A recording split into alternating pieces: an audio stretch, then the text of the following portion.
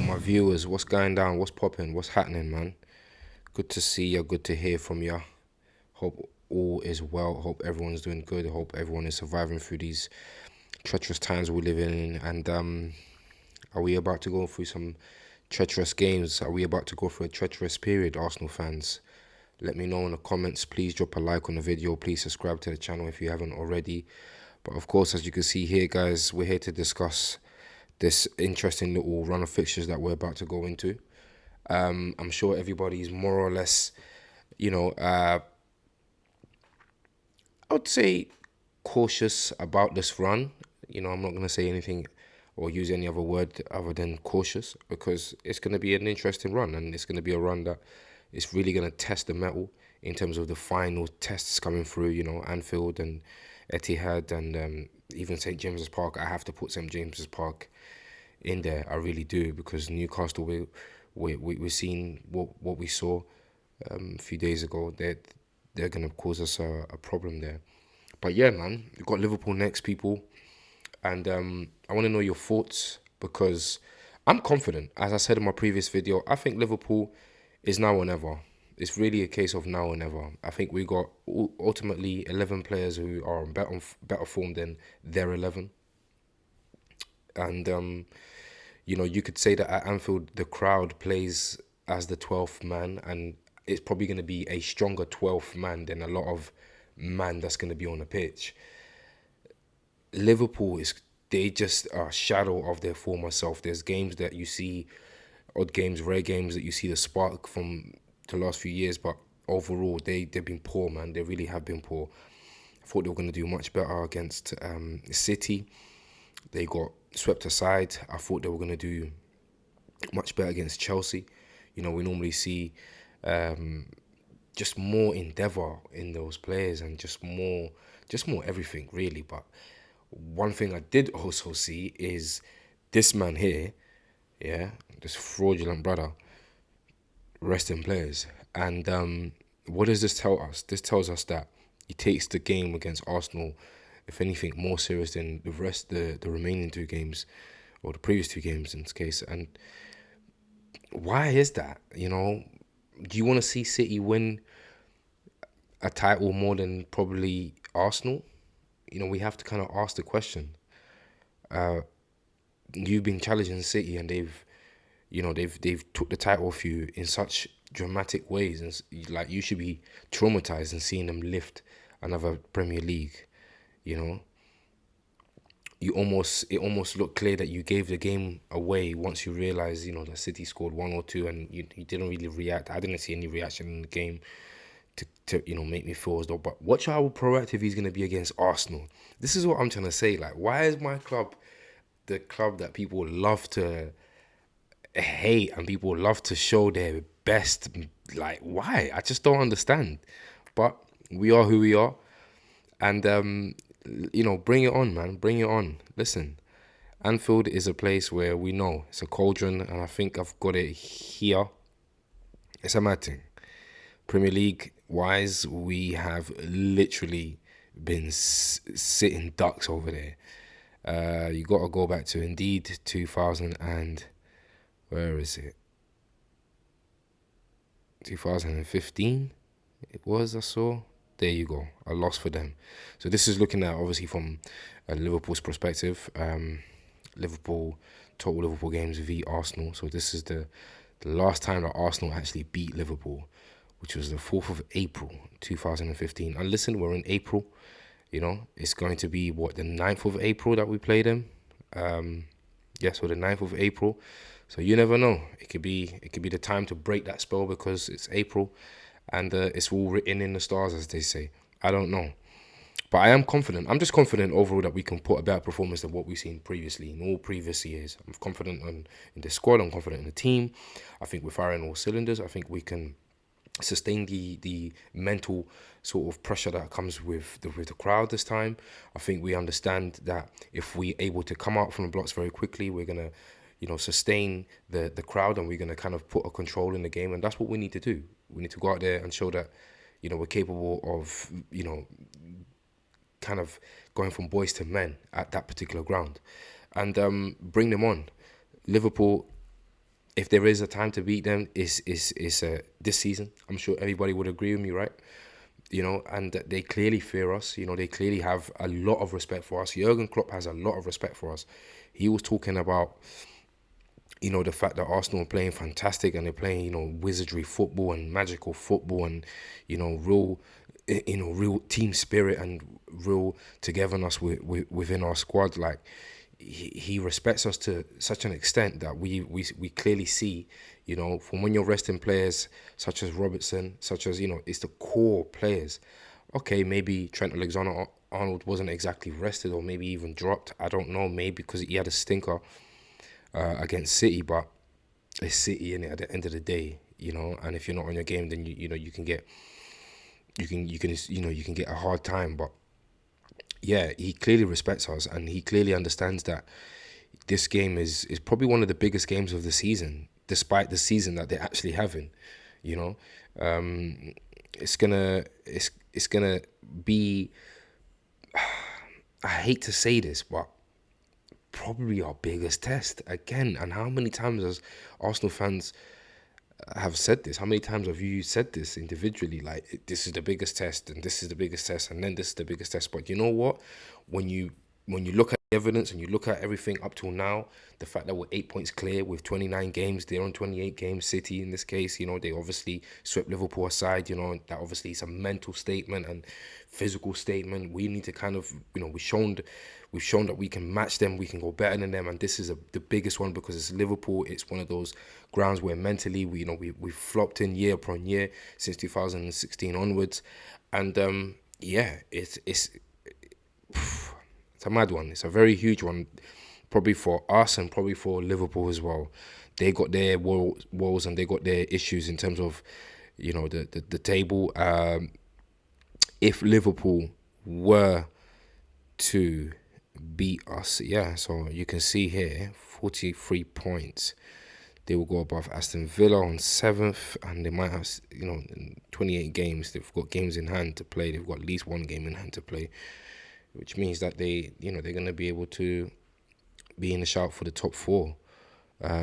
With us, it'll be more detrimental for us to lose the game than for Liverpool to lose the game. I'll be real. Do you know what I mean? Because that will basically mean the gap is what, 2 points?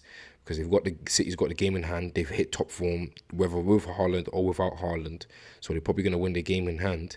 And then what does that mean? That basically means that it's 2 point gap, and then there's no room for error, zero room for error.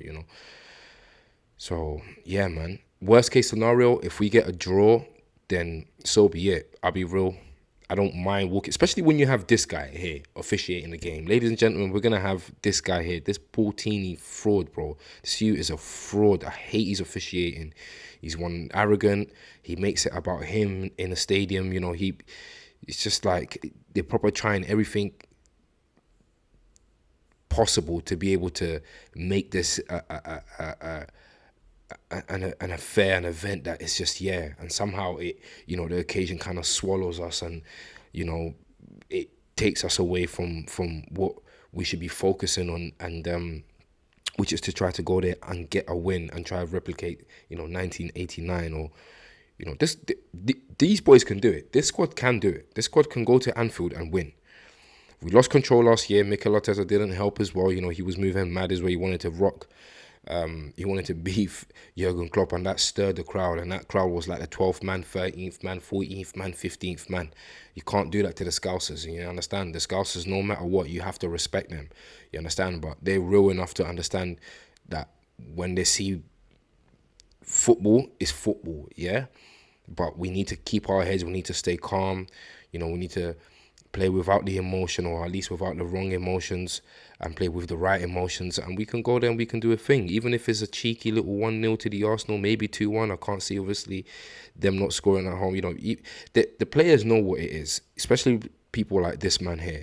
Granit Xhaka, it does not matter how the season is going, rightfully so, he says. They are always a dangerous team, and at Anfield it's a very, very difficult team to play. We have confidence enough to win there. However, this is what we'll try to do. Do you know what I mean? So, bring it on, man. Bring it on. Let's do this, bro. Because I tell you what, I think the unified world will be on what I'm on and what many Arsenal fans are on, which is with their chest and with everything that they have and with every vein and fiber in their body, as they say, would say, you know what, Arsenal's got the lead this season. It's all there. It's written for them. If we used to go out there and get the win, doesn't matter if it's going to be a convincing win, doesn't matter if it's going to be a struggling win. As long as we get the win, I think we can do it, guys. And it will be a guarantee in a sense from a mental and sort of, analysing perspective that Arsenal's got the league. Like, they have got the league. They won at Anfield since 2015. Everything else, this has happened, that's happened, that's happened. There is no way. Look at the points. Look at this. They have 8 points clear. They're maintaining this gap. This is unprecedented. This is unbelievable. Like, the whole unified footballing nation and beyond will most certainly put all of their assets and all of their money and all of their chat and all of their back chat towards Arsenal winning the league, guaranteed. I think you saw it. Gary Neville, there was a bit of a, not exactly breaking his stance, but there was a bending of his stance. He says, the way Liverpool are playing at times versus Chelsea, versus City, most certainly against Arsenal, they will struggle as well. Arsenal will put away these chances, and I think if they do that, and Liverpool play like this, and Arsenal, pack away those chances, they're going to clearly win the game. And if they do so, I'm going to start to change my mind about winning the league. Damn right you're going to change your mind about Arsenal winning the league, because it ain't going to be what you predicted, because what you predicted was silly. Even if you just predict, you know what, I think they'll just nick it. I think City will just nick it. Last game, whatever, 1 point, 2 points, talking about City's going to win 10 points to spare and all of this nonsense. That's why he knows he has to tweak his tone now, because we only got 9 games left, and it'll be 8 games left and then 7 games left, So, and our performance levels haven't dropped. He was hoping and praying that the performance levels dropped. And trust me, he was hoping and praying. He wanted us to, he wanted to see Arsenal have this dip where somehow Man United was still in the conversation, and that's how far someone like Gary Neville's sort of psyche went, and many other rival fans as well. But clearly that's not what happened, But yeah, man, listen. Very quickly, in other news, it looks like Chelsea again. I didn't make a video. I was unfortunately busy doing other things. We saw the. We've seen the reaction. We've seen a little bit more about what's happened kind of behind closed doors. All the bits and bobs are starting to come out about Potter and these last unfortunate moments as Chelsea manager. But listen, it was going to happen. It was meant to happen. I said Chelsea were in a mud with Potter a long time ago. It just goes to show, even when you look at the table, 11th in the table, 39 points, like that is ridiculous. When I was proper looking at it earlier on, I was like, like Chelsea, look where they are in the table. Like, they're actually almost with the relegation dons. Look at this. They literally with the relegation dons, doing up relegation chill, and it's mad. It's actually mad. But boy, that's them. That's really them. And Potter obviously ultimately paid the price. But we can see here that they are looking and they're flirting with people like Enrique, and they're talking about Lampard until Enrique comes in the season. We saw Lampard in the stadium, Stamford Bridge. He was there when they were playing against Liverpool, and I think so. I think, to be honest with you, from what you guys did with Potter and giving him so much time, and so you might as well do that with Lampard, who's an actual Chelsea don, who's an actual Chelsea. It makes way more sense if you're gonna go with that young guy who's an ex-player and who's supposedly now a top coach. Give him his last pop at it. If it's not going to be Mourinho, or if it's going to be completely out of the box like Enrique and so forth, I think you probably have the same struggles, and you'll probably be gone again in 18 months. So you might as well go for the proper project, which is to try to give Lampard another stint. But who am I and what do I know about Chelsea? I don't know much. Chelsea, even though it is the team that my dad supports, I would like to actually get his insight and see who he would like to come in and manage the club now. But yeah, guys, I'm going to leave it at that. Please drop a like on the video. Listen, have faith, my boys. Have faith, my people. My ladies, my gentlemen. Like, honestly, it's calm. Like, we've got this. Gabriel Jesus is back. Ramsdale's saving crucial saves. The back four is brilliant. The midfield is brilliant. We've got cover in all areas. Everybody's fit, bar maybe Nketiah and long-term El Neni and Tomoyasu. Everyone else is good to go. Like, there is no way I can't see us at least, even if we do lose, you know, because Darwin Núñez is having the game of his life, or Roberto Firmino comes back to haunt us like he's done over the years or whatever, put in a performance that we say, do you know what? Cool.